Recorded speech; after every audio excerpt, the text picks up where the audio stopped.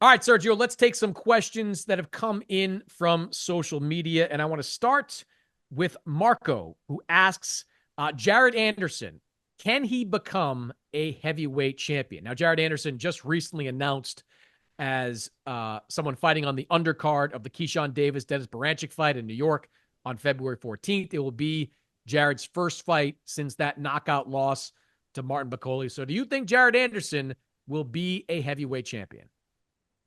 No, Marco, I don't think I don't think Anderson can come back. He has all the skill to compete with the heavyweights. I just don't think he has the size, and he proved that against Martin Bakole. Bakole just ran over him, and Anderson was doing some tricky stuff in there. Trying to box him out. But you need size, especially in this era of heavyweights, where everyone's a freaking giant, 6'5", 250 plus pounds.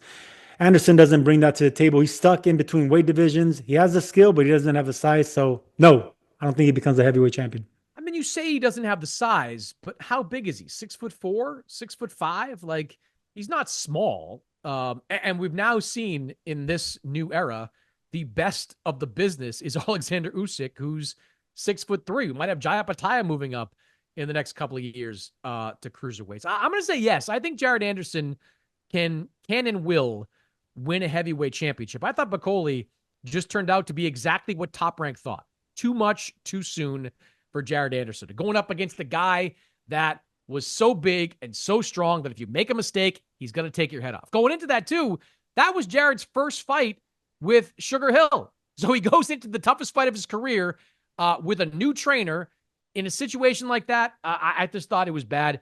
I think give him 2 or 3 more Bad fights. what? Bad what? Bad what, man? Say the word. Bad what? Not bad matchmaking. I mean, No, I thought that's what we were alluding to. no, just Okay. a bad night for him is kind of what I Ah, was going to say. But when it comes to these Saudi cards, like, I mean, you can't really criticize the matchmaking because it's guys are going to take the fight. Like, for example, like I don't believe that if all things were equal, Virgil Ortiz would be fighting Madrimov. But Virgil Ortiz is fighting Madrimov because he's making a pile of money to go and do it. Same thing with Jared Anderson, life-changing money to fight Martin Bakole. You take a fight like that. Now that he's back on a more traditional path, he'll get a win in February, maybe get another one in the summer, and then see what happens. See what happens with Usyk, with all the belts that are out there at heavyweight. I do think Jared Anderson, who's still, 27 years old, I want to say. We've seen Daniel Dubois bounce back, Sergio. I think we can see Jared Anderson bounce back. just, Uh, just, just real quick here. You're talking about Anderson having the height. What I mean by size is how big he is. Sorry, I got something in my throat. How big he is, how strong he is. Yes, he's a combination puncher. Once he starts landing, especially from that or from that the left-handed stance, yes, he's dangerous. He brings out amateur pedigree. He knows how to pop. He knows how to punch. But once the fight gets inside and it gets physical, that's where size comes in. That's how Bakole got him. He made it a physical fight in a small ring. So Anderson is going to have to need a bigger ring. He's going to have to use his size right. He's going to have to pot shot. He's going to have to learn how to fight like a smaller heavyweight, like Usyk did. Usyk learned how to fight like a smaller heavyweight. So I just think he needs to prove himself against maybe a young up and comer, maybe against a Fabio Wardley. I would love to see a fight Anderson against Wardley. That would show a lot of things. Or if he wants to take a bigger chance against a young buck with a lot of eyes on him, Moses Itauma. That would be a hell of a fight for Itauma, and it'll prove a lot of people wrong if you're Anderson. yeah, the Wardley fight, I love. That is Mm. a good Queensberry versus Matchroom fight. You mentioned Itauma, and I'm scrolling down because that was one of the questions that I had going into this. What is the next step up fight for Moses Itauma? Is the question. Do you think someone like Dillian White is a possibility? This question coming in from Ryan Bell. Yeah, I mean, I like the Dillian White. Dillian White's faced all these, big names. He's a well recognized face. He's still, he's still highly ranked. He's still respected. He always comes to fight. Yeah, I would love that fight. Or even a Derek Chisora. I know Chisora's, 40 something years old, but Chisora's another name. He brings that recognition. And it's always the case with a young buck coming up. You're gonna take down one of these older recognizable fighters. So either of those fights I'm fine with. What do you have against Dillian White and Derek Chisora that you want to see them get hurt by Moses Itauma? These are two guys in their mid to late 30s. Moses Itauma just turned 20 years old and just finished a year where he decimated Marius Walk and Dempsey McKeon. Didn't get out. Neither one of those guys got out of the second round. 3 rounds total, or a little bit less in both those fights. Why in the world would you want Dillian Whyte to step in there with Mose Itauma? I get why Itauma would want it. Dillian Whyte's a big name in the UK. That would be an impressive one on his resume. And Dillian did just pick up a win late last year. But that ends horribly for Dillian Whyte. Ends horribly for Derek Chisora. That's a bad fight for both those guys. I've heard Matchroom this past week talking about putting Justice Huni in with Mose Itauma, which would be a fight that potentially could be in for an interim title, the WBO interim heavyweight title. That's a fight that's a pretty good fight. Justice Huni is, I think, 25 years old, undefeated Australian fighter, knocked out his opponent in the second round this past weekend. Not the name that maybe Itauma would be looking for, but if you can get that fight for an interim title at heavyweight, I would take that fight, Sergio. That to me is a good one. And I would make Itauma a favorite in that fight as well. Justin who? This is what I'm talking about. This is what I'm talking about with recognition. I don't know who you're talking about because I've never seen him fight, because I never heard of him, and I haven't studied him. I haven't prepared for him, Chris Mannix. So Justin who? I don't even care about his last name, but you could say War Chisora, you could say body snatcher, Dillian Whyte, you can go on and on. And as far as, a young fighter, 20-year-old fighting an old, well-known has-been, that's a rite of passage in boxing. It happens all the time from the beginning of time. And I'm not a historian, but every young, great up-and-coming champion or future champion faces one of these old guys. Everyone, including your favorite fighter, all right? It happens all the time. It's just a right away. Young lion eats the old lion. And then he's the king of the prairie or whatever it is. Jungle. King of the prairie. It's Justice with an S. Justice Huni. And it's good to know that you didn't watch the undercard of the Jaya Pataya fight, because that's where he just fought this past week. I did not, because it came on too late over here in LA. All right. So what? It came out at midnight. I didn't watch it. I watched the reruns. I watched the highlights. Watch the reruns. Question from Ivan. Is it possible for Usyk to face the winner of Ajit Kabayel versus Zhang Zhang later in the year, or is that wishful thinking? I think a Kabayel fight might be wishful thinking. I don't think Usyk has any interest in that particular one. But again, we talk a lot about Zhang Zhang and the potential to do a big event on mainland China. The possibility that you could do a fight in Beijing at the Bird's Nest in front of 60, 70, 80,000 fans that might go in there. I think that would interest Usyk. Usyk's been a road warrior his entire pro career. Would have no problem going over to China for the right money. We've seen and heard Turki Al-Sheikh talk about maybe doing a Riyadh season event in China. That would make a ton of sense. I would love to see Zhang against Usyk. I think it's a tough fight for Zhang because I don't see Usyk creating the kind of openings that guys like Wilder and others have for Zhang to land that big left hand.